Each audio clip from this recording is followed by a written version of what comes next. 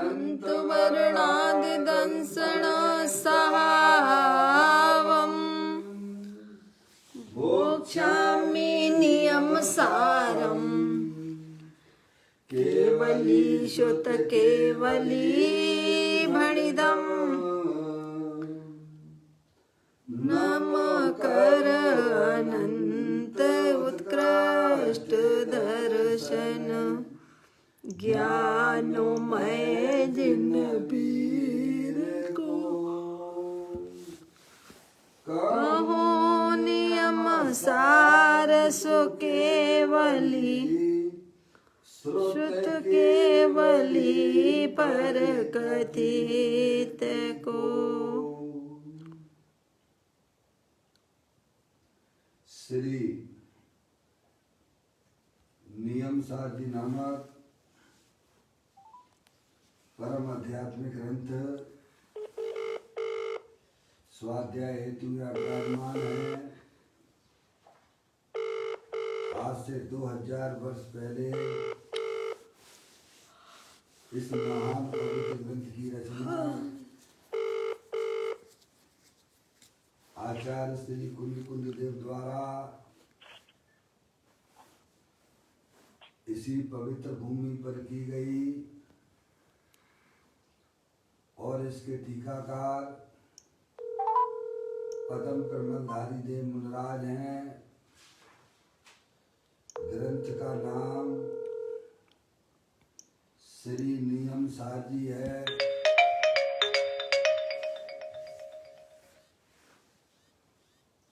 और इसके टीकाकार पद्म कमलधारी देव मुनराज है। नियम सार नियम से करने योग्य कार्य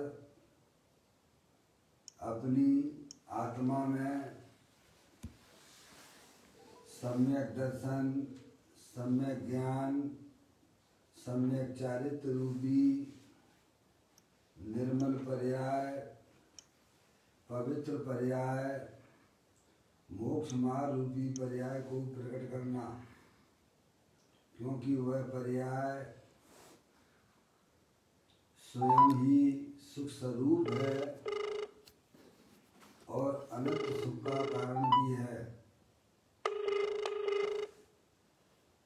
अनादिकाल से हमारे आपकी आत्मा में पर को अपना जानने वाली,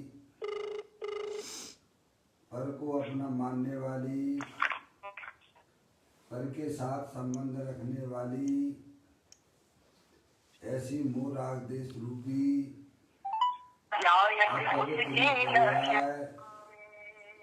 मलिन पर्याय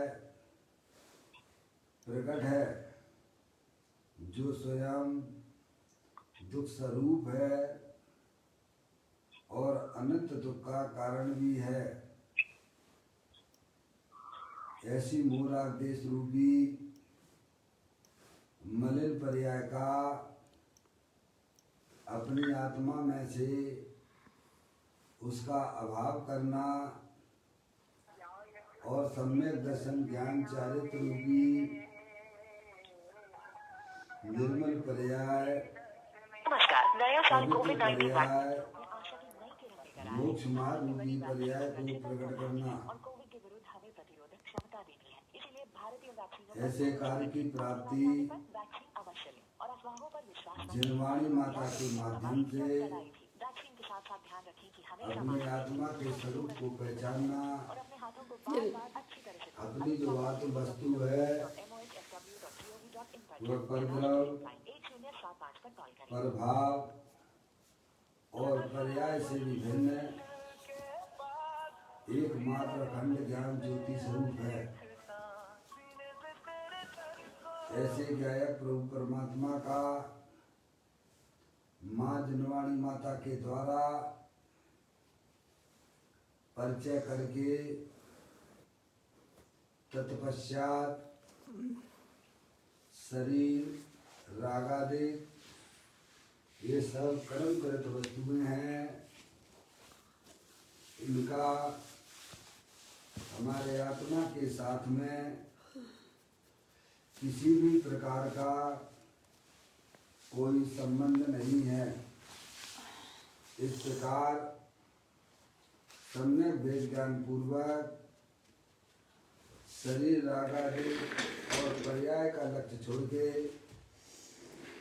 अंदर जो अखंड ज्ञान ज्योति स्वरूप भगवान आत्मा है उसमें ही अपनापन स्थापित करना, उसे ही निज रूप से जानना और उसमें ही अपनी वर्तमान पर्याय को मग्न कराना, उसे ही अरिहंत परमात्मा ने धर्म कहा है। उसकी चर्चा आचार्य भगवंतों ने, मुनिराजों ने एक एक गाथा और उसकी टीका और कलश के माध्यम से हमें अपने आत्मा के स्वरूप को यहाँ समझाया है। देखिएगा यहाँ श्री नियम सारजी ग्रंथ का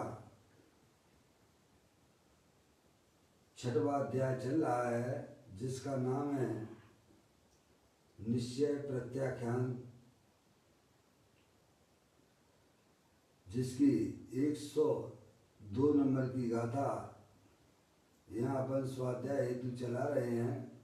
उसका प्रारंभिक पाठ करते हैं, फिर उसका गाथा का और टीका का पूज्य गुरुदेव श्री ने उसका यहाँ स्पष्टीकरण किया है, उसे अपन समझेंगे। गाथा का पाठ। ज्ञान दर्शनमयी मेरा एक शाश्वत आत्मा, शेष सब संयोग लक्षण भाव आत्म बाह्य है। आचार्य कुंकुम देव जगत के समस्त जीवों को यह समझाते हैं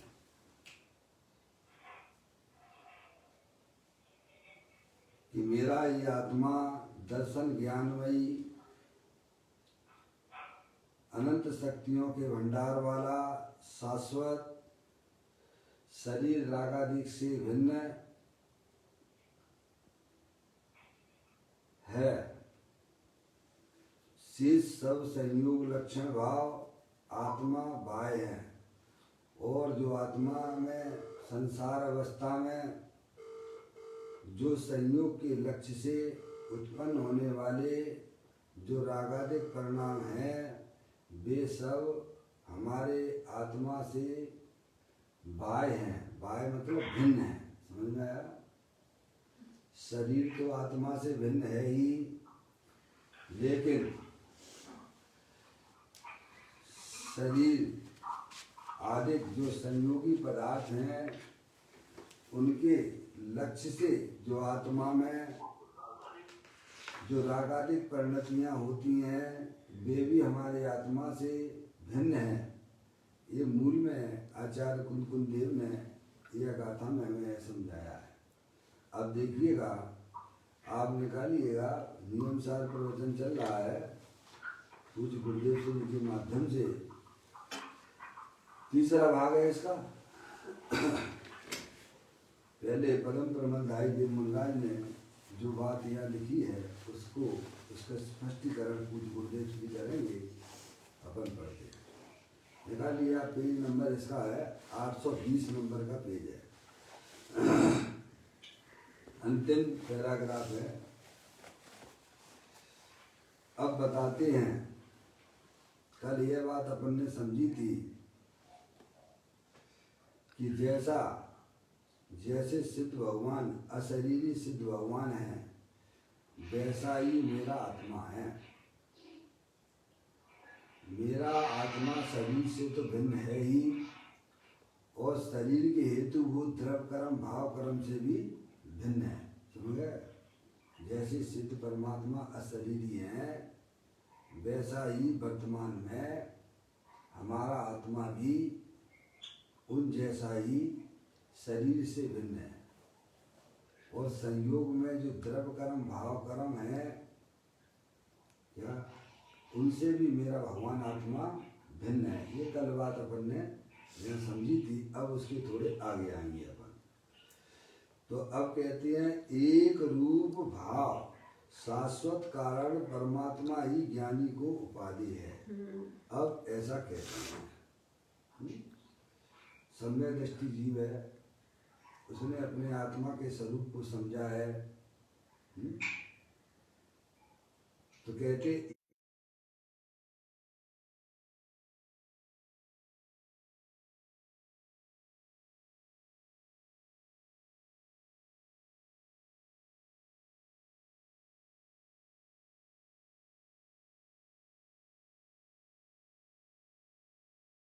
ध्रुव भगवान आत्मा जो कि अनंत शक्तियों की हाँ भंडार आंटी। वाली है, उसका आश्रय भी हाँ लिए चलने हुए दो है। आंटी।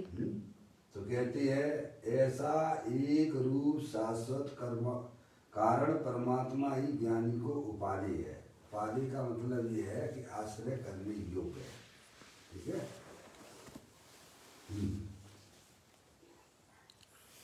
अब यह कहते हैं, अब यह बताते हैं। हाँ बोले। हाँ बोलिए, बताइए, कुछ कहना है क्या आपको? हाँ?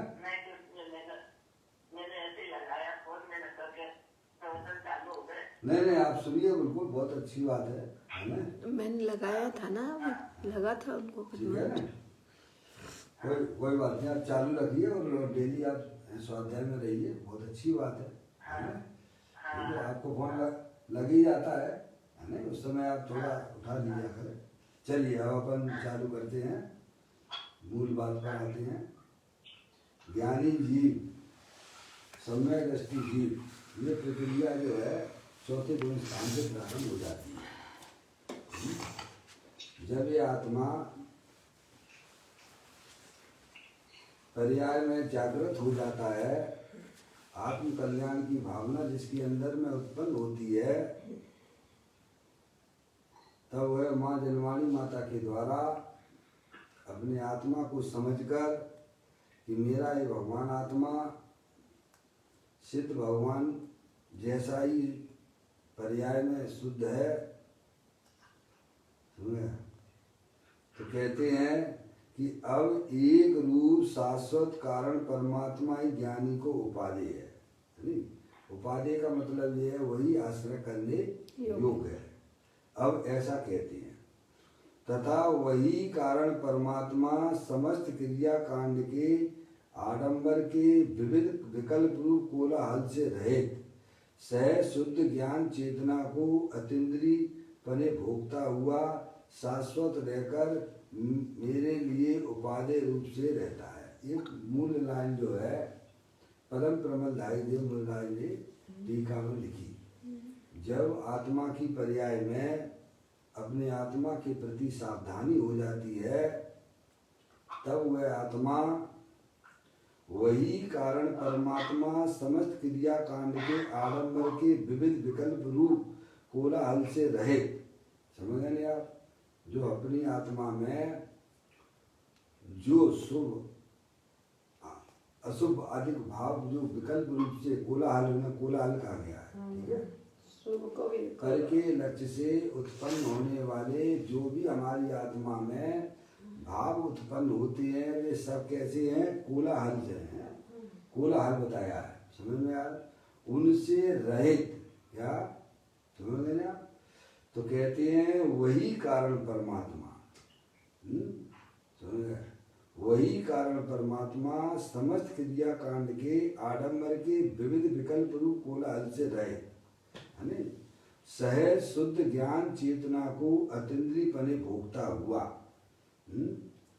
सम्यक दृष्टि जीव है, ज्ञानी जीव है, वह सब जानता है कि ये शरीर हमारी आत्मा से अत्यंत भिन्न है ही, मैं चेतन हूँ, ये जड़ है, और आत्मा की पर्याय में जो पर के लक्ष्य से उत्पन्न होने वाले जो रागादिक परिणाम है, उनसे भी मेरा भगवान आत्मा भिन्न है, ऐसा वह जानता हुआ अपनी आत्मा का आश्रय लेता हुआ, कैसा है? सेवन करता हुआ, समझ में आए?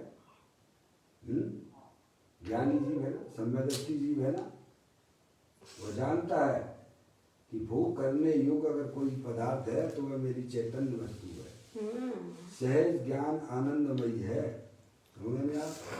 तो उसकी जो पर्याय है सम्यक दृष्टि जीव की, शरीर रागादिक से भिन्न होते हुए सहज शुद्ध ज्ञान चेतना को अतीन्द्रिय पने भोगता हुआ, क्या यानी उसकी पर्याय जो है अपरद्रव प्रभाव और पर्याय से भी भिन्न होती हुई अंदर जो अखंड ज्ञान ज्योति स्वरूप भगवान आत्मा है उसका आश्रय लेते हुआ भोगता हुआ लिया ना।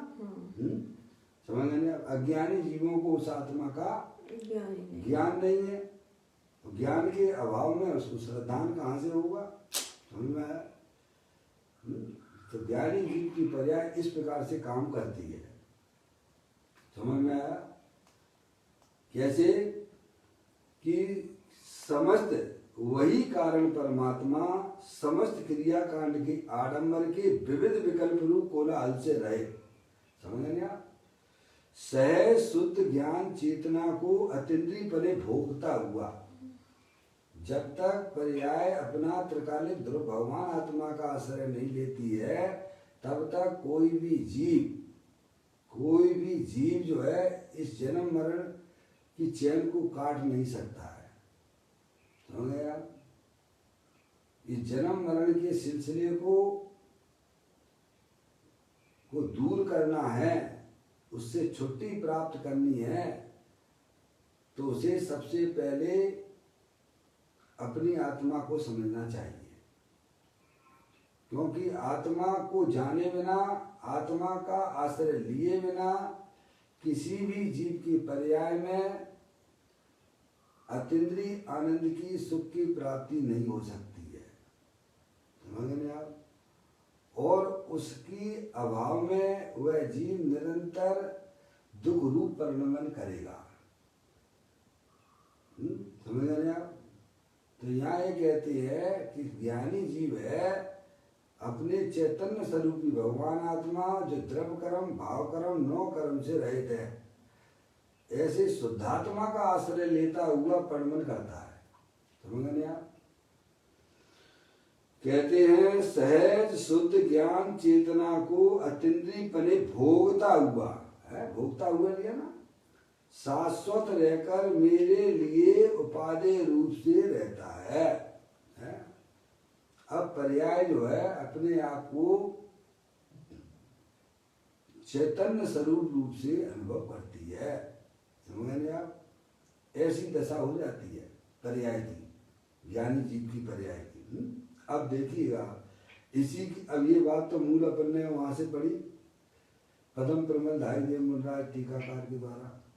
अब इसी बात का पूज्य गुरुदेव श्री यहाँ खुलासा करते हैं, वो पढ़े। चैतन्य स्वरूप के अलावा बाहर के लक्ष्य से जितने शुभाशुभ भाव होते हैं वे सब क्रिया कांड के आडंबर है। क्या है वे? क्रिया कांड के आडंबर है, शुभ और अशुभ। समझ में आ रही है बात? भाव जिन्हें अपनी आत्मा का कल्याण करना हो, जिन्हें वर्तमान में अतीन्द्रिय आनंद की प्राप्ति करना हो, जिन्हें इस संसार चक्र से बाहर निकलना हो, सही बात है क्या उसके लिए ज्ञानी समझाते हैं कि चैतन्य स्वरूप के अलावा बाहर के लक्ष्य से जितने शुभाशुभ भाव होते हैं, कहाँ होते हैं पापा? कहाँ होते हैं शुभाशुभ भाव? अपनी आत्मा की पर्याय। पर्याय बहुत सुंदर बात है पापा। ये क्यों होते हैं ये शुभाशुभ भाव? पर लक्ष्य करना। एक बात आपने बहुत अच्छी बताई पापा। हमारी आत्मा में होते हैं, पर्याय में होते हैं, और ये पर के लक्ष्य से होते हैं। ये बात हमें बिल्कुल समझ लेना चाहिए। और वे सब शुभाशुभ भाव सुखरूप है कि दुख रूप है? पराधीनता सुखरूप होती है कि दुख सुखरूप होती है? दुख रूप होती है। पर दुख रूप होती है। हमारी पर्याय में जो शुभाशुभ रूप परिणाम चल रहे हैं, जो दुख रूप पर्याय चल रही है, वह पर के आश्रय से हो रही है। कब से हो रही है? अनादि से हो रही है। समझ में आया? स्वाधीनता सुख है और पराधीन दुख है। समझे आप? तो कहते हैं चैतन्य स्वरूप के अलावा अंदर अपनी जो चैतन्य वस्तु है, जो सिद्ध की सामर्थ्य वाली है, तो परद्रव प्रभाव और पर्याय से भी भिन्न है, ऐसी चैतन्य स्वरूप के अलावा बाहर के लक्ष्य से, कहाँ? शरीर और शरीर से भिन्न जितने भी चेतन अचेतन पदार्थ हैं उनके लक्ष्य से जितने शुभाशुभ भाव होते हैं वे सब क्रिया कांड के आडंबर हैं। ये बात किसने कही है? ये सब क्रिया कांड के आडंबर हैं। ये बात किसने कही है? अच्छा, बहुत सुंदर बात। आप बोलते हो तो मुझे अच्छा लगता है। समझ में आया? ये बात आपको समझ में आना चाहिए। यही बात अगर कोई यहाँ पर व्यक्ति बोले, श्रावक बोले, तो लोगों को तकलीफ हो जाती है। क्या? ये शरीर की क्रिया सब क्रिया कांड है क्या? और मुनराज कह रहे हैं तो कोई है, तो कोई तुमसे तो कोई कुछ नहीं कहता है। गृहस्थ अगर बोले कपड़ा पहने वाला कि भाई साहब ये सब क्रिया कांड है, इसमें कुछ भी धर्म नहीं है, तो लोगों में समाज में क्या हो जाती है? लड़ाई झगड़े हो जाती हैं। तो एक ज्ञानी जीव होता है, एक शब्द भी आगम से विरुद्ध नहीं बोलता है। समझ गए? आपने स्वाध्याय किया नहीं है, आपने शास्त्र पढ़े नहीं है, इसीलिए जो है जो कमजोर व्यक्ति होते हैं वे इसमें जो है कसम ऐसा कार्य करते हैं। यहाँ पदम प्रमलधारी देव मुनराज कहते हैं अपने चैतन्य स्वरूपी आत्मा के अलावा जो आत्मा की पर्याय में शुभ अशुभ परिणाम होते हैं, अशुभ ही तो नहीं है, शुभ भी लिए ना साथ में, वे सब जो हैं सब क्रिया कांड के आडंबर हैं।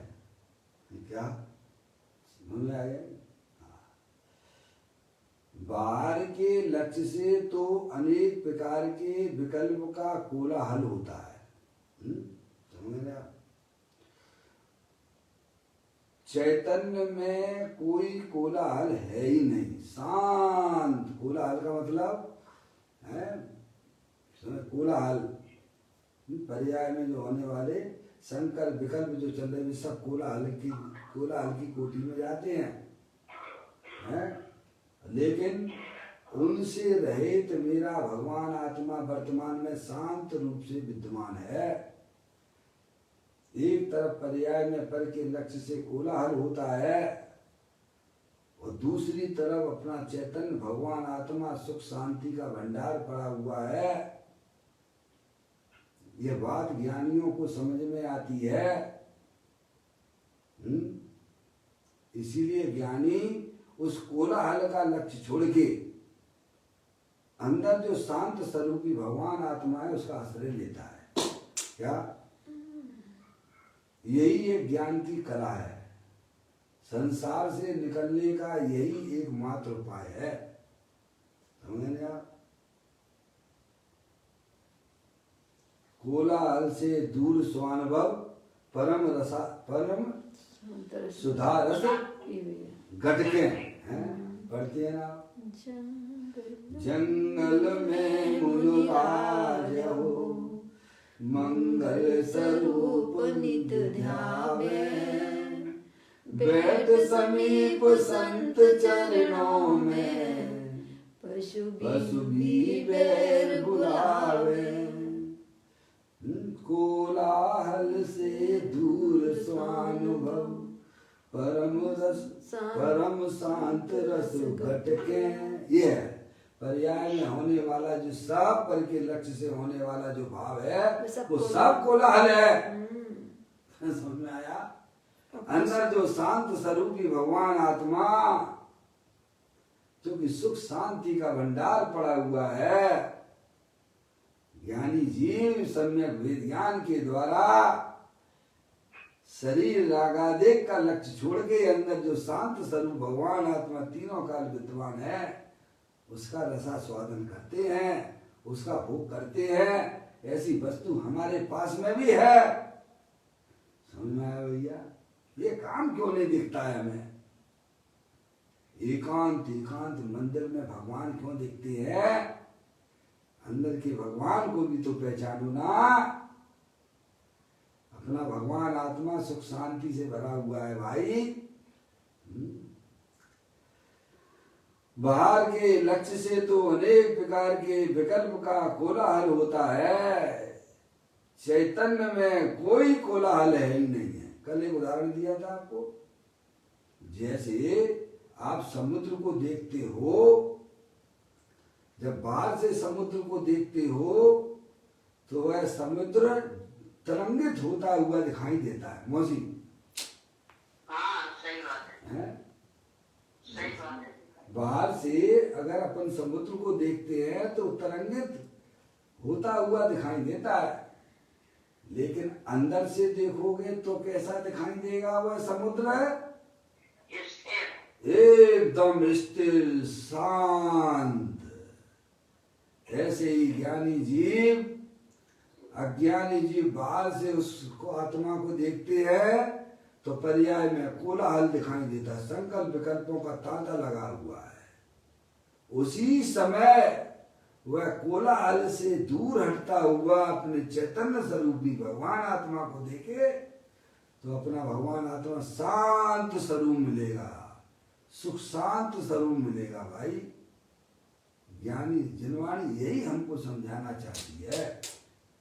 क्या तुम पर्याय से उस आत्मा को ना देखो, उसके द्रव्य स्वभाव से देखो तो अंदर भगवान आत्मा सुख शांति का भंडार रूप से दिखाई देगा। भाई साहब ये तो देखने की दृष्टि है।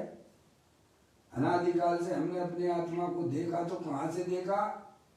शरीर से देखा। कहाँ से देखा? रागादिक परिणामों से देखा।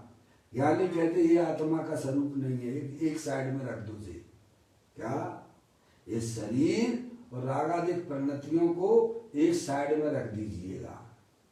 अब अपने आत्मा को देखोगे तो कैसा दिखेगा? सुख शांति के भंडार वाला दिखेगा। मौसी ऐसे भगवान आत्मा के दर्शन कर लो, बस कहीं नहीं जाना आपको।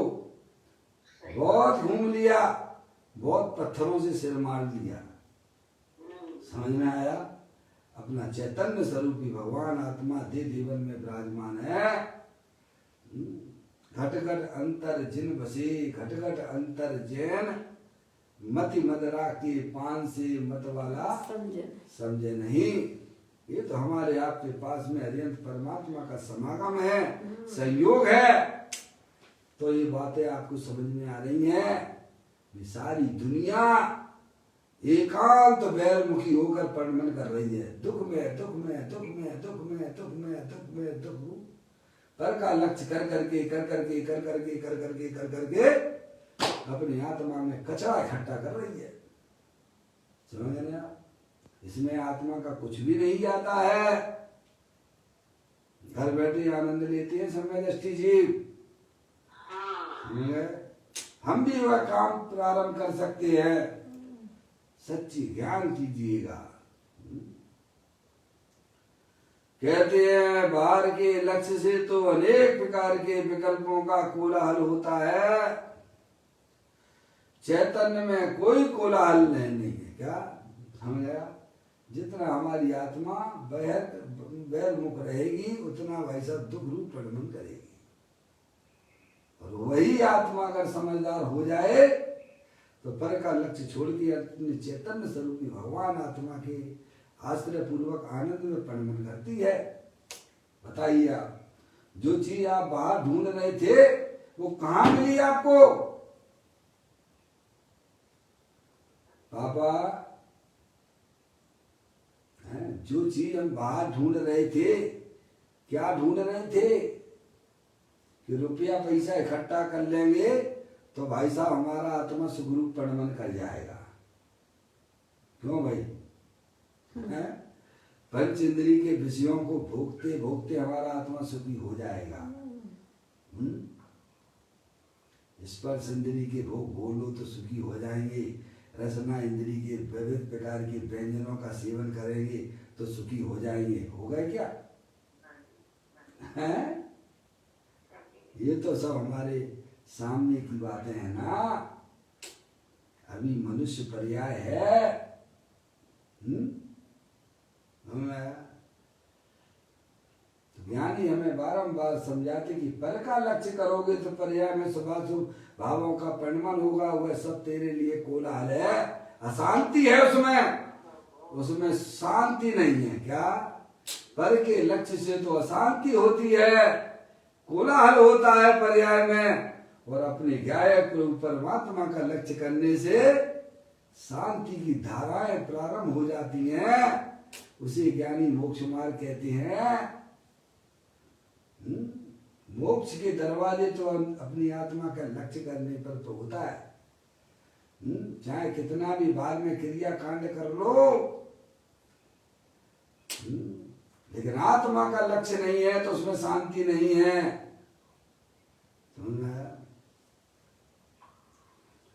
कहते हैं बाहर के लक्ष्य से तो अनेक प्रकार के विकल्प का कोलाहल होता है, चैतन्य में कोई कोलाहल है ही नहीं है, शांत स्वरूप है भाई साहब। द्रव कर्म भाव कर्म नो कर्म से रहित सिद्ध भगवान जैसा। क्या? ऐसा भगवान आत्मा अंदर में। सिद्ध भगवान के दर्शन करना है तो अपने आत्मा के दर्शन करना पड़ेंगे आपको। क्या पापा?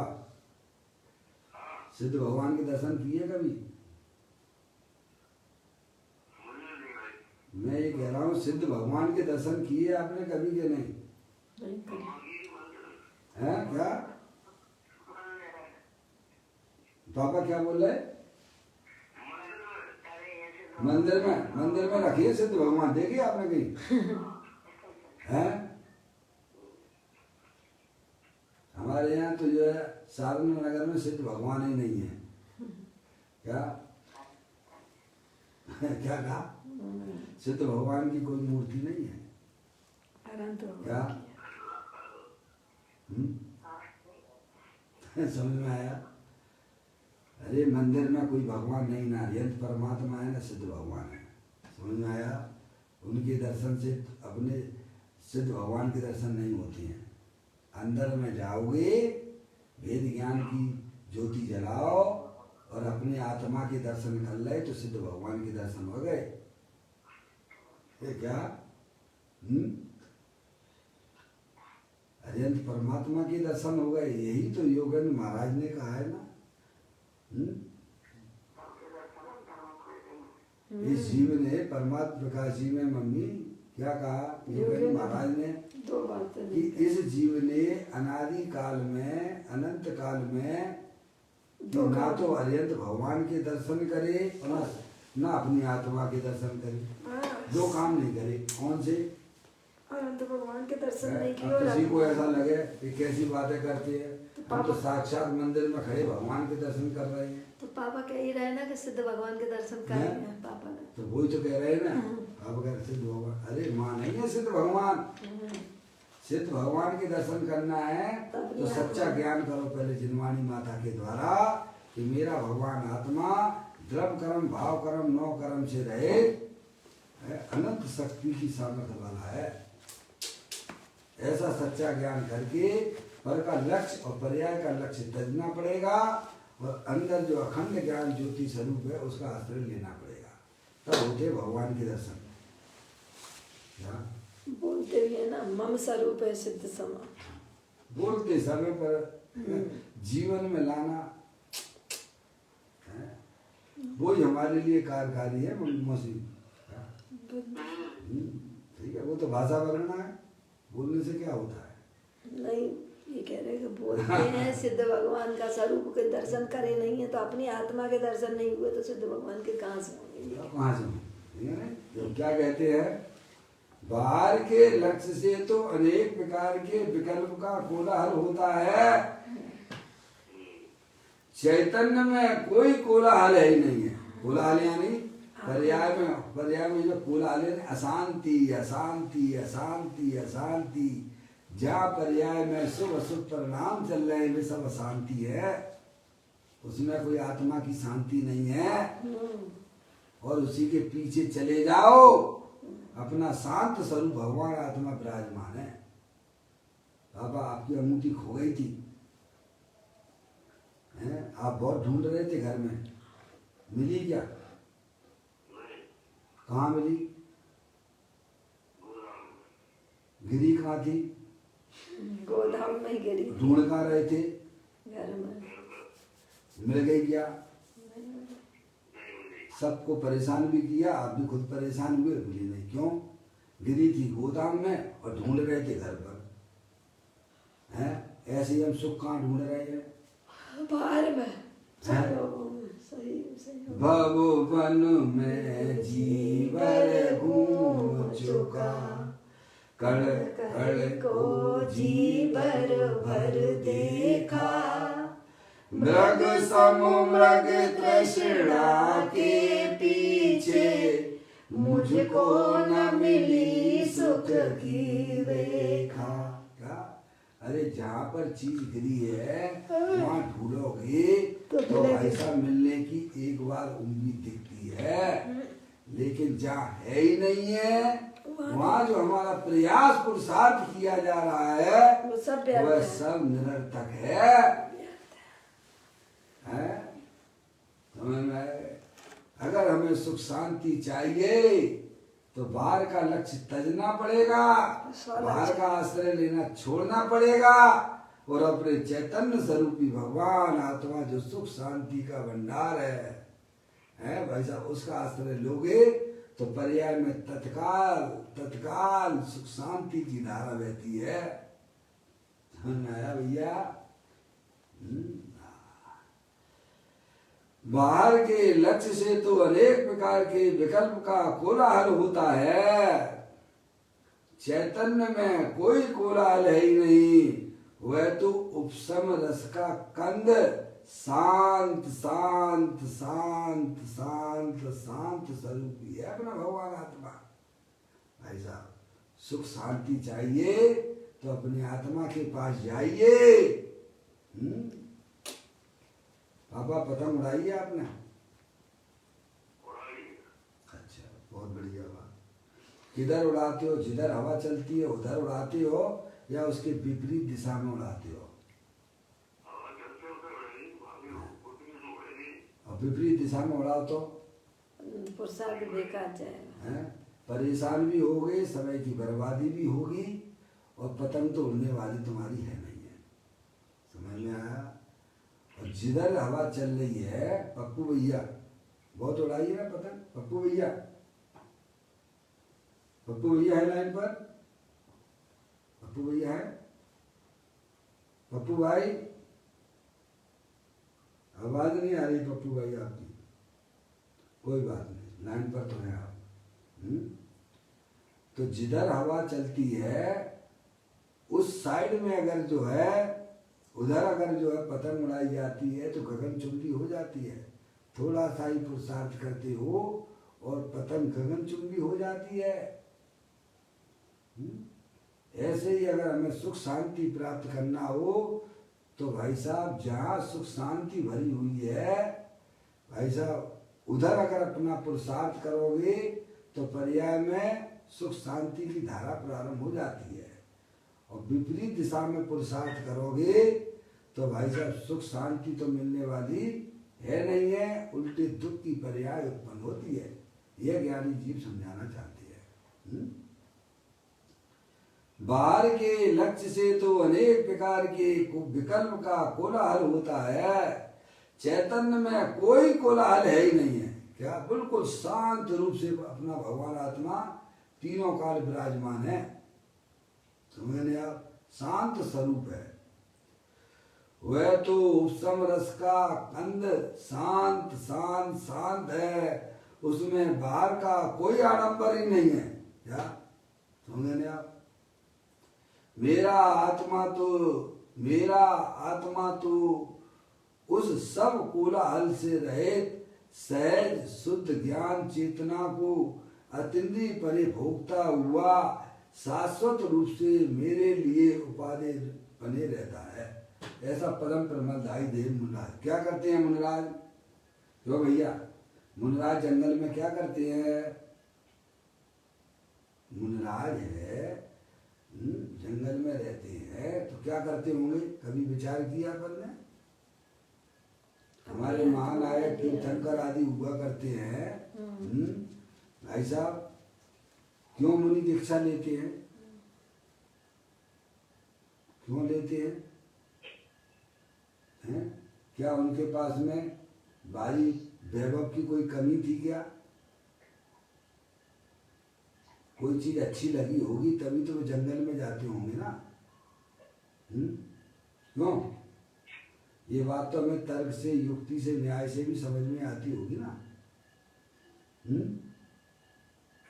तीर्थंकर का जीव है, बाहर उसके वैभव की कोई कमी नहीं है, शरीर का सेनन भी इतना गजब का होता है कि देवगति के सब देवगति के देव आ जाए तो उंगली टेढ़ी हो तो सीधी नहीं कर पाते हैं, इतने तो उनके शरीर का बल होता है। फिर काय के लिए जानते हैं? फिर मुनि अवस्था क्यों लेती है? क्या कारण है? क्यों जंगल में रहते हैं? पापा काय के लिए जाते हैं जंगल में? जन जन से दूर क्यों रहते हैं? हाँ कोई बात नहीं पापा, कोई बात नहीं है। मुनराजों को इंसानों से तो तकलीफ है, जानवरों से तकलीफ नहीं होती है। हो गया? जन जन से दूर रहकर एकांत का सम जंगल में जाके क्या करते हैं?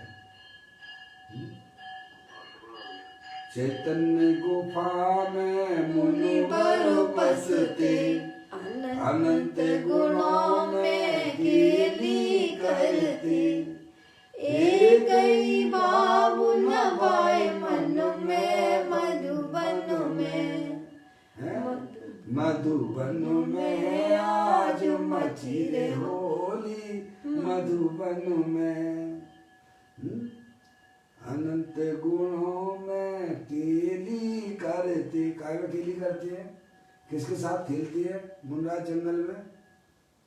देखा आपने खेलते हुए? हैं? दुनिया शरीर को देखती है, ज्ञानी अपने चैतन्य स्वरूपी भगवान आत्मा को ज्ञान में बसाते हुए उसके साथ खेलते हैं। किसके साथ खेलते हैं? अज्ञानी पंचेंद्रिय के विषयों के साथ खेलता है तो उसका परिणाम, उसका फल दुख की पर्याय आता है। ज्ञानी अपने चैतन्य स्वरूपी भगवान आत्मा जो कि अनंत शक्तियों के भंडार वाला है उसके साथ केली करते हैं। बाबा ऐसी चीज हमारे पास में भी है। कहते हैं उसमें बाहर का कोई आडंबर नहीं है अपने चेतन स्वरूपी भगवान आत्मा में। मेरा आत्मा तो, मुनिराज कहते मेरा आत्मा तो उस सब कोलाहल से रहित, यानी पर्याय में होने वाले शुभाशुभ परिणामों से रहित सहज शुद्ध ज्ञान चेतना को अतिंद्रिय पने भोगता हुआ। क्या किसका भोग कर रहे हैं? जो अपना चैतन्य स्वरूपी भगवान आत्मा सुख शांति का भंडार है उसको भोगता हुआ शाश्वत रूप से मेरे लिए उपादेय बने रहता है। बस एक आत्मा ही सब कुछ मेरा है। इस विश्व में एक ऐसा ज्ञानी जीव अपनी जानता ही नहीं है, उस रूप परिणमन भी कर रहा है। एक समय की पर्याय तो क्षणिक है, उसे घोड़ करके जो त्रिकाली सहज ज्ञान चेतना है उसी को मैं त्रिकाल भोगता हूँ। क्या किसको भोगता हूँ? अपने चैतन्य स्वरूपी भगवान आत्मा को।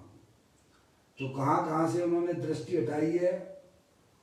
शरीर और शरीर से संबंधित जितने भी चेतन अचेतन पदार्थ हैं उनसे उनकी दृष्टि हट गई है। अंदर में जो पर्यायों में जो होने वाले शुभाशुभ रूप परिणाम जो कि कोलाहल है, वहां से भी उन्होंने अपनी दृष्टि को उठा लिया है। और एक समय की पर्याय की मुद्दत ही मात्र एक समय मात्र की होती है। वहां से भी उन्होंने अपनी दृष्टि को उठाकर अंदर जो अखंड ज्ञान ज्योति स्वरूप भगवान आत्मा है, जो कि सुख शांति का भंडार है, ऐसे गायक प्रभु परमात्मा के ऊपर उन्होंने दृष्टि लगाई है। यहाँ से प्रक्रिया होती है चौथे गुण स्थान की। ठीक है, आगे देखो। आत्मा में संयोग का अभाव कहा है। कुछ गुरुदेव प्रिय समझाते हैं, आत्मा में संयोग का अभाव कहा और उसे शाश्वत बतलाया है। अपनी चैतन्य वस्तु कैसी है? परद्रव्य से भिन्न है। शरीर क्या है? संयोग है। ठीक है। और आत्मा में संयोग का अभाव का उसे शाश्वत बतलाया आत्मा को। ठीक है। चिदानंद बिंब शाश्वत रहकर ध्रुव आनंद पर्याय को भोगता हुआ। इसको चिदानंद बिंब है। मंदिर में जो भगवान है वे प्रतिबिंब है। कौन है? वे कौन है? बिंब है। समझे आप? और किसका प्रतिबिंब है? वो आप ये बिंब है। यहाँ बिंब है अपना है मौसी। ये प्रतिबिंब है और ये बिंब है। बिंब के बिना प्रतिबिंब होता है क्या? आपने देखा कई जगत में है? अरे बिंब होगा तो प्रतिबिंब भी हो, तो प्रतिबिंब कहलाएगा। और बिंब ही नहीं है तो कैसे कहलाएगा? ठीक है। तो कहते हैं चिदानंद बिंब शाश्वत रहकर, कैसा? शाश्वत रहकर ध्रुव आनंद पर्याय को भोगता हुआ मेरे लिए उपाधि है। ऐसा चैतन्य बिंब अनादि अनंत शाश्वत रूप से दे देवल में विराजमान है। देखो शरीर जो है मौसी, हर समय अनंत पुद्गल परमाणु उसके आ रहे हैं और जा रहे हैं। राइट?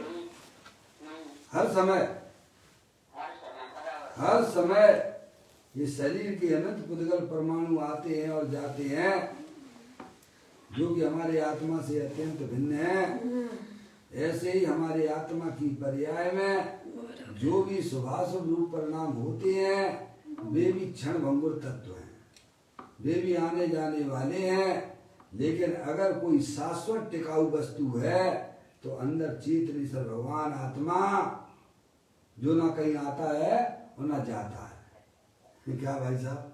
शाश्वत रूप से विराजमान है। कब से विराजमान है ये? अनादि से विराजमान है। और कब ये जो है चला जाएगा? ऐसा शाश्वत भगवान आत्मा दे देवल में विराजमान है। उसकी दृष्टि, उसका श्रद्धान ज्ञानियों को बरतता है। मुनिराज तो उसके साथ केली करते हैं। क्या करते हैं? आनंद खेलते हैं उसके साथ में। अज्ञानी जीवों को इस आत्मा की खबर नहीं है। नहीं आया? कहते हैं चिदानंद बिंब शाश्वत रहकर ध्रुव आनंद पर्याय को भोगता हुआ मेरे लिए वही उपाधि है। ऐसा परम प्रमदायी देव मुनिराज कहते हैं। आत्मा ध्रुव आनंद चेतन को त्रिकाल भोग रहा है। आत्मा ध्रुव आनंद चेतना को त्रिकाल भोग रहा है। वही आत्मा मुझे अंगीकार करने योग्य है। आत्मा ने कभी अपने ज्ञान को नहीं छोड़ा है। आत्मा ने कभी अपने आनंद को नहीं छोड़ा है। जैसे मिश्री जो है ना मिठास को छोड़ देती है क्या? अगर मिश्री मिठास को छोड़ देवे तो भाई साहब क्या होगा मौसी? वह वस्तु ही नहीं रहेगी। वो वस्तु खत्म को प्राप्त हो जाएगी, जो कि पॉसिबल नहीं है। ऐसे ही अपना भगवान आत्मा सदा काल दर्शन ज्ञान चारित्र वीर आदि अनंत शक्तियों से भरपूर है। वह कभी भी अपने स्वभाव को छोड़ता नहीं है।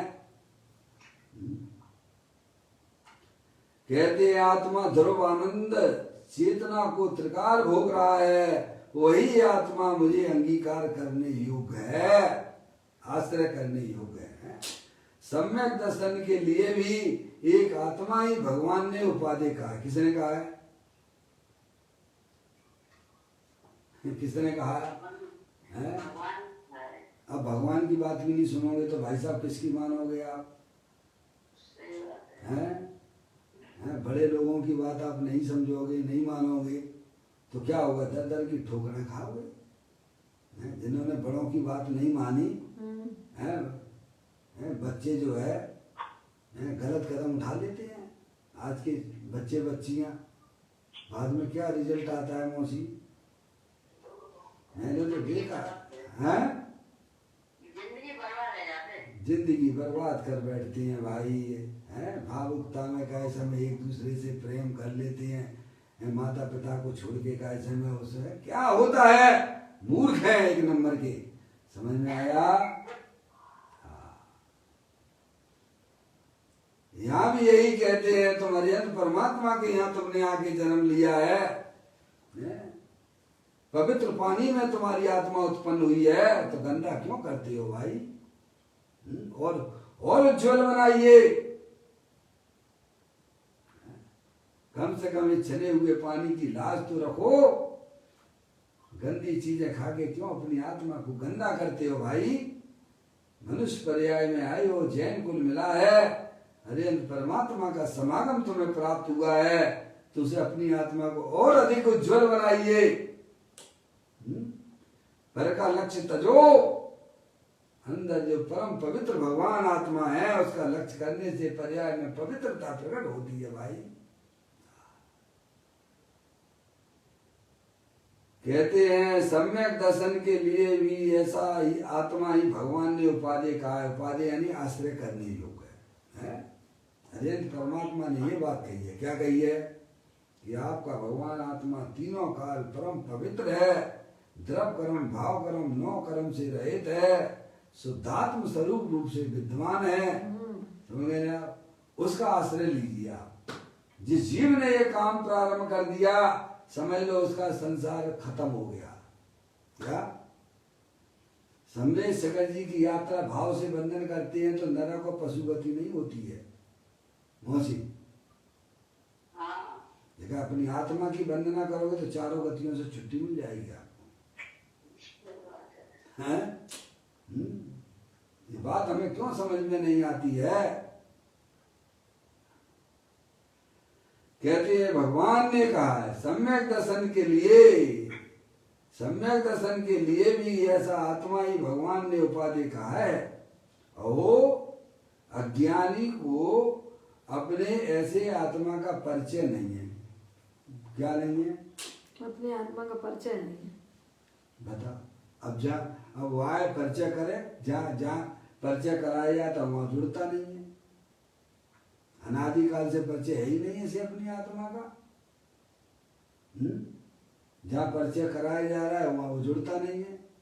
तो बताओ कैसे इसका काम होगा भाई साहब?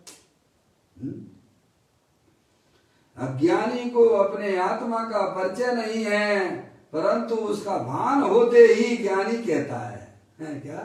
परंतु उसका भान होते ही ज्ञानी कहता है कि हो मेरे लिए उपाधि रूप आत्मा तो ज्यों का त्यों शाश्वत है। मौसी, एक तो अनादिकाल से अज्ञानी जीवों को वैसे आत्मा का परिचय नहीं है, और जैसे उसे परिचय हो गया तो दुनिया जाए भार में और ज्ञानानंद खाओ आड़ में। क्या हो जाएगा? बस इतनी सी देर है। किसका गौरव कब जग जाएगा, अरे जगत देखता ही रह जाएगा। सब भगवान आत्मा है। आप किसी को शरीर से ना देखिए, आप किसी को पर्याय से ना देखिए, सबको भगवान आत्मा देखो है। आज आने वाली है दोपहर में चर्चा है। समझ में आए भाई साहब? 9:30 चर्चा मिलेगी आपको सुनने को, पूज्य गुरुदेव श्री के माध्यम से। समझ में आया? सब भगवान आत्मा है। शरीर रागादिक पर्याय से किसी को ना देखो, अपने को भी ना देखो, सब शाश्वत भगवान आत्मा है तीनों काल। समझे ना? तो कहते हैं अज्ञानी को अपने ऐसी आत्मा का परिचय नहीं है, और परिचय के बिना तो प्रीति होती नहीं है ना मौसी। परिचय के बिना कोई प्रेम होता किसी से? सबसे पहले तो परिचय ही होता है ना। तो कहते परिचय नहीं है, परंतु उसका भान होते ही ज्ञानी कहता है, क्या भान होते ही जानकारी जहाँ यथार्थ हो गई, वहाँ ज्ञानी कहता है मेरे लिए तो पादे रूप आत्मा जो का त्यों शाश्वत है। बोलो कहाँ ढूंढते फिरते थे सुखी होने के लिए, ये तो सब यही मिला है। समझ गए? मिला हो तो आप बताइए, आपको मिला, मुझे तो नहीं मिला। वो अपने धर्मदास जी शुल्लक थे ना, धर्मदास जी शुल्लक थे ना, उनके गुरु ने उनने पूछा धर्मदास जी ने कि साहब भगवान कहाँ मिलेंगे? तो मैंने चले जाओ ऊपर संवेद शेखर जी पे। मौसी हाँ चले जाओ संवेद शेखर जी ऊपर पावे वहाँ बैठे भगवान पास में, चले जाओ वहाँ मिलेंगे हैं, वहाँ बैठे भगवान, चले जाओ। तो 12 साल तक ऊपर नीचे होते रहे भाई, 12 साल तक। कितने? 12 साल लगे। फिर आए गुरुजी के पास में, गुरुजी भगवान हमें तो मिले नहीं। क्या बोले कि गुरुजी हमें भगवान तो मिले नहीं, हम तो जाते हैं कभी हमको मिले ही नहीं भगवान वहां तो है ही नहीं। तो उन्होंने कहा कि अंधे हो क्या, जानने वाले को नहीं जानते क्या? अरे गुरुजी ये क्या कह रहे आप? क्या जानने वाला ही भगवान है, उसको नहीं जानते क्या? उनके ज्ञान की बत्ती खुल गई उनकी। ये क्या हो गई? ओह ये भगवान है, जानने वाला भगवान है। समझ में आया भाई साहब? मौसी कहाँ ढूंढते फिरते हैं अपन भगवान को? हमारे ज्ञान में क्या चल रहा है? भगवान कहाँ है? हमारे ज्ञान में नहीं है भगवान, लेकिन चलता रहेगा बाहर में। तो भजन किधर है? इधर के उधर? जिधर भजन होगा उधर पर्याय जाएगी, जिधर हमारा भजन होगा उधर पर्याय काम करती है। समस्त ज्ञानी जीव बाहर भगवान को ढूंढते हैं तो भगवान कहीं मिलने वाला नहीं है, क्योंकि वहां भगवान रहता ही नहीं है। अंदर में भगवान ने कहा है, यंत्र परमात्मा ने कहा है तेरा भगवान आत्मा शरीर राग आदि को पर्याय से भी पार है। तू एक बार अपनी दृष्टि को वहां लगा कर तो देख, तुझे भगवान ना मिले तो तू मेरे पास चले आना। अज्ञानी को अपने ऐसे आत्मा का परिचय नहीं है, परंतु उसका भान होते ही लाठी खुलती है। क्या है? प्रभु के पास जाने मात्र से लाठियां खुल जाती हैं लोगों की। देखो ना गौतम मौसी, अज्ञानी 500 शिष्यों के गुरु थे, वेद वेदांतर की जानने वाले थे। जैसे ही समूह शरण में आए उनकी लाठी खुल गई उनकी। क्या हो गया? सही बात है। ये होता है भगवान के दर्शन मात्र प्रताप से, लाठियां खुलती हैं। ओह मुझे तो इन बातों की खबर ही नहीं थी। मैं तो स्वयं शाश्वत भगवान आत्मा हूं, अनंत शक्तियों की भरेलो, अनंत शक्तियों का गोडाउंस, ऐसा भगवान आत्मा हूं। समझिए आप?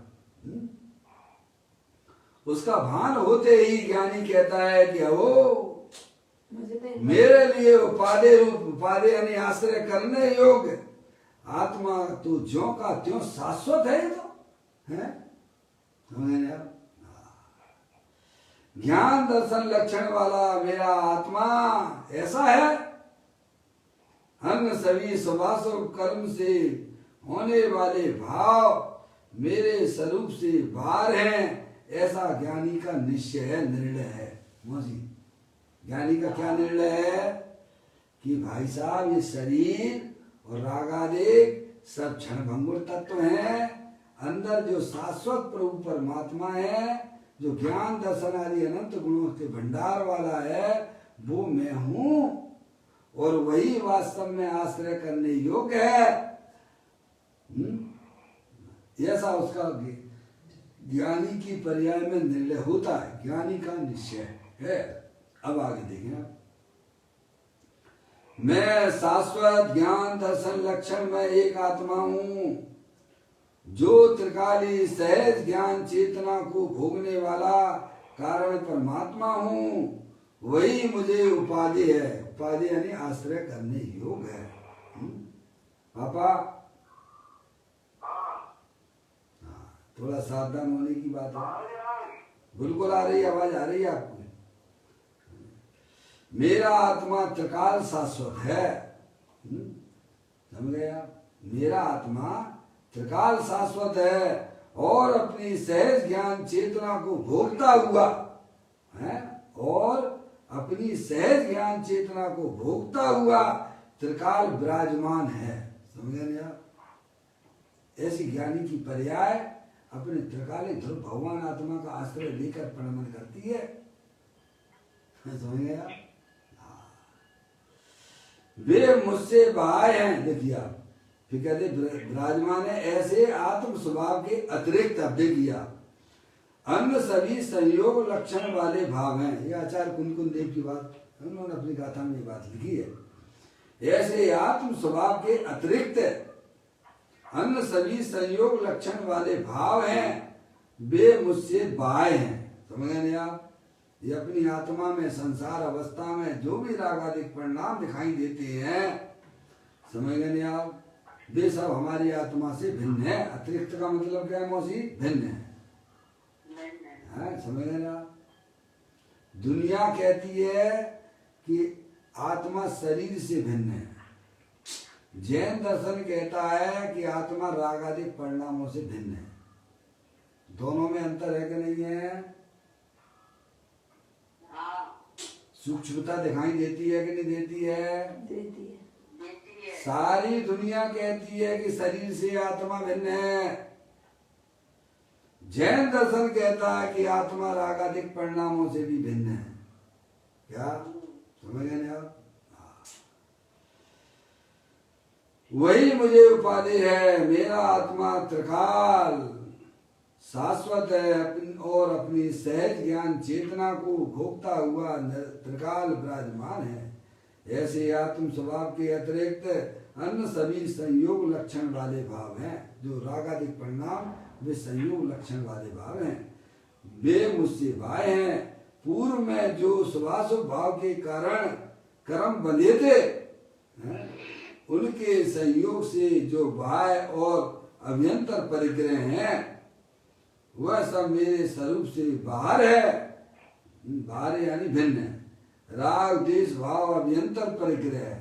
परिग्रह दो प्रकार का बताया ना अजंत परमात्मा ने, एक अंतरंग परिग्रह और एक बहिरंग परिग्रह। परिग्रह कितने प्रकार का होता है मौसी? दो प्रकार का, अंतरंग परिग्रह और बहिरंग परिग्रह है। अंतरंग परिग्रह टोटल मिला के कितना परिग्रह हो गया? 24। कौन कौन से हैं? 10 बहिरंग। तो 14 परिग्रह में सबसे पहले परिग्रह का नाम बताइए। मिथ्या। समझ में आया भाई साहब? सबसे पहला परिग्रह क्या है? 14 प्रकार के अंतरंग परिग्रह में सबसे पहला नंबर आया मिथ्यात्व परिग्रह। समझ गए? जब तक हमारे पर्याय में मिथ्यात्व चल रहा है, शरीर और रागादिक को जो मिलाने की दृष्टि चल रही है, वह सबसे बड़ा मिथ्यात्व है। और उसी के वशीभूत होकर ये 13 प्रकार के परिग्रह हुआ करते हैं। समझ नहीं आप? मिथ्यात्व, क्रोध मान माया लोभ 5, हास रति अरति, शोक भय जुगुप्सा, स्त्री वेद, पुरुष वेद, नपुंसक वेद। ये हो गए 14 और 10 बार के धन धान आदि। समझ में आया? बर्तन भाड़े, नौकर चाकर। समझ में नहीं आया? तो ये 14 प्रकार, ये हो गया 14 और 10 24 24 प्रकार का परिग्रह बताया गया। इन 24 परिग्रह से मेरा भगवान आत्मा भिन्न है पप्पू भैया। अच्छा हाँ पप्पू भैया, थोड़ा आजकल लगता है नेटवर्क में कुछ प्रॉब्लम चलती रहती है नहीं? थोड़ा ये दरवाजा खोल दो। कोई बात नहीं पप्पू भैया, अरे समय भी हो गया है। हाँ चलिए, तो ये 24 प्रकार का जो परिग्रह है उससे अपना भगवान आत्मा तीनों का भिन्न है पप्पू भैया। क्या 24 प्रकार का जो परिग्रह, 14 अंतरंग परिग्रह कसाय रूप है, और बाहर का ये जो है धन आदि 10 प्रकार का परिग्रह से भिन्न मेरा भगवान आत्मा तीनों काल विद्यमान शाश्वत है। ज्ञानी ने उस परिग्रह से अपनी दृष्टि को हटाकर अपने चैतन्य स्वरूपी भगवान आत्मा में लगाया है, तभी वो ज्ञानी हो पाता है। कहते हैं देखिएगा, ऐसे आत्म स्वभाव के अतिरिक्त सभी संयोग लक्षण वाले भाव हैं, वे मुझसे भाई हैं। पूर्व में जो शुभाशुभ भाव के कारण कर्म बने थे, उनके संयोग से जो बाह्य और अभ्यंतर परिग्रह है, वे सब मेरे स्वरूप से बाहर है। राग द्वेष भाव अभ्यंतर परिग्रह है, राग द्वेष है नहीं, तो कसाय, और बाह्य में लक्ष्मी, निर्धनता, रोग निरोग, ये सब बाह्य परिग्रह है। वे सभी अंतरंग बहिरंग परिग्रह मेरा स्वरूप नहीं है। मैं तो शाश्वत ज्ञान दर्शन लक्षण से लक्षित त्रिकाल कारण परमात्मा हूँ, ऐसा मेरा निश्चय है। अब मैं थोड़ा सा देखता हूँ कोई खास बात आती है तो उसको समझेंगे, वरना समय तो अपना हो गया है, तो लेकिन मैं थोड़ा सा और पढ़ना चाहता हूँ, फिर इसके बाद अपना कलश प्रारंभ हो जाएगा, पढ़ लेता हूँ। ऐसा निश्चय किए बिना प्रत्याख्यान नहीं होता है। आत्मा के त्रिकाली स्वरूप के अलावा जितने भी विकार और संयोग हैं, वे सब मुझसे भिन्न हैं। स्वर्ग या नरक, समोसरण अर्थात निर्धनता, ये सब कर्म जनित हैं। मेरे स्वभाव से उत्पन्न नहीं हुए हैं। मेरे में उत्पन्न होने वाले स्वभाव भाव भी मेरे निस्वरूप से भाई हैं। इस प्रकार अपने आत्मा का निर्णय करना प्रथम धर्म है। ये सबसे पहले निर्णय करना, सबसे पहला क्या कि मेरे आत्म वस्तु कैसी है, ये शरीर क्या है, अंदर में होने वाले रागादिक परिणाम क्या है, इन सारी बातों का निर्णय हमें करना चाहिए। इसी को अरिहंत परमात्मा ने धर्म कहा, प्रथम धर्म है। और ऐसा भान होने के पश्चात, क्या अब चलती है गाड़ी मोक्ष मार्ग में, ऐसा भान होने के पश्चात उसमें एकाग्र रहने पर राग द्वेष के भाव उत्पन्न ही नहीं होती है। उसका नाम प्रत्याख्यान है। क्या अपनी आत्मा में रागादिक परिणतियों से छुट्टी और वीतराग दशा की उत्पत्ति, इसे ही ज्ञानी भगवानों ने, अरिहंत परमात्मा ने, आचार्य परमेष्ठी ने, उसे ही वास्तव में निश्चय प्रत्याख्यान कहा है। यानी वीतराग परिणति की उत्पत्ति ही वास्तव में निश्चय प्रत्याख्यान है। जो जीव राग अथवा संयोग से लाभ मानेगा, वह जीव उससे भिन्न अपने स्वरूप को नहीं मानेगा। सही बात है। समझे आप? राग से लाभ मानता है, भगवान हमारा कल्याण कर देंगे, या शुभाशुभ या शुभ भाव करते करते हमारा कल्याण हो जाएगा, वह बहुत बड़ी भूल में है।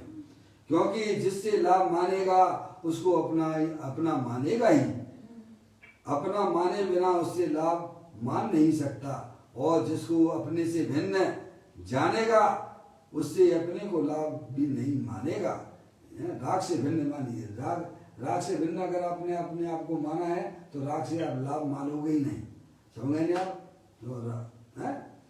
तो कहते हैं जिसको अपने से भिन्न जानेगा उसने अपने को लाभ भी नहीं मानेगा।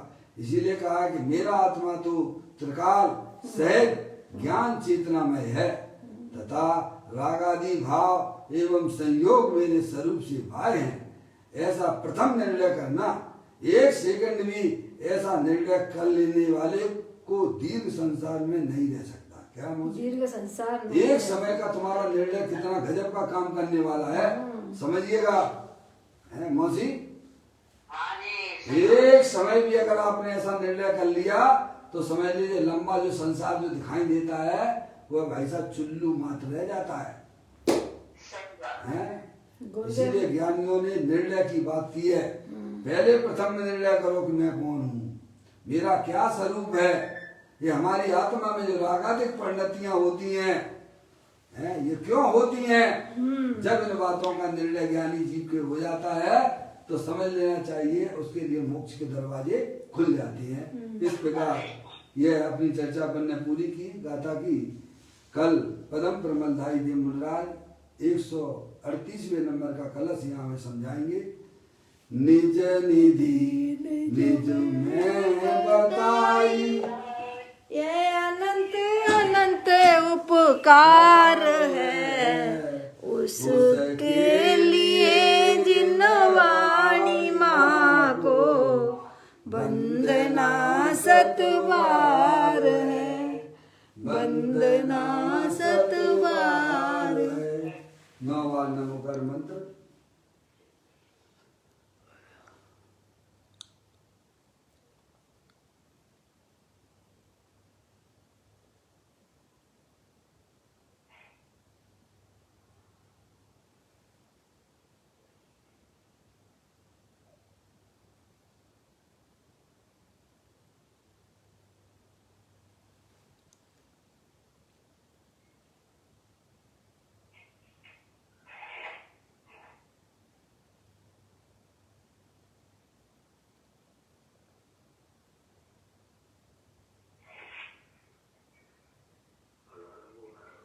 बोलो द्वादशांग जनवाणी माता